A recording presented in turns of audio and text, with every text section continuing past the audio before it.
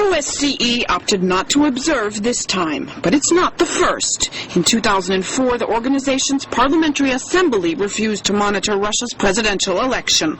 And for last year's parliamentary vote, its election monitoring office failed to send observers, claiming restrictions were too great.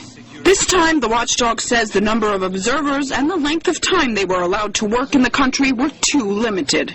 The invitation that we received, once again, has very serious limitations, both in terms of the number of observers and the time that they're allowed to be present. It says that observers can come only as of February 28th, which simply doesn't give us enough time to perform effective observation and therefore fulfill our mandate. But Russia has made it clear that its invitation for 400 monitors meets international standards. At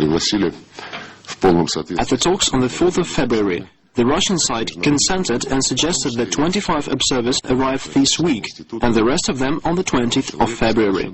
Our proposal was denied. The office insisted it will not send observers to Russia unless Moscow accepts its demands. This is an ultimatum any self-respecting country cannot accept.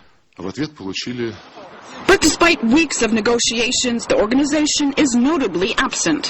While the OSCE is boycotting this election, many in the West might be wondering how it could possibly be free and fair. But there are other international organizations and many foreign observers monitoring the poll. Among them, the Parliamentary Assembly of the Council of Europe has sent around 30. Despite the dispute with the OSCE, they seem to feel positive about the vote. Well, I can only speak in my personal name and not a member of the PACE, since we are going to give a press release when the elections are over. But my impression is that if you do have 4 candidates who are from different specters, or you have a candidate who is at the far left and the far right, then the citizens do have a choice.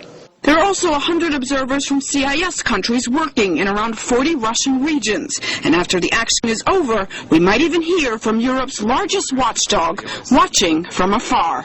Anissa Naue, Russia Today.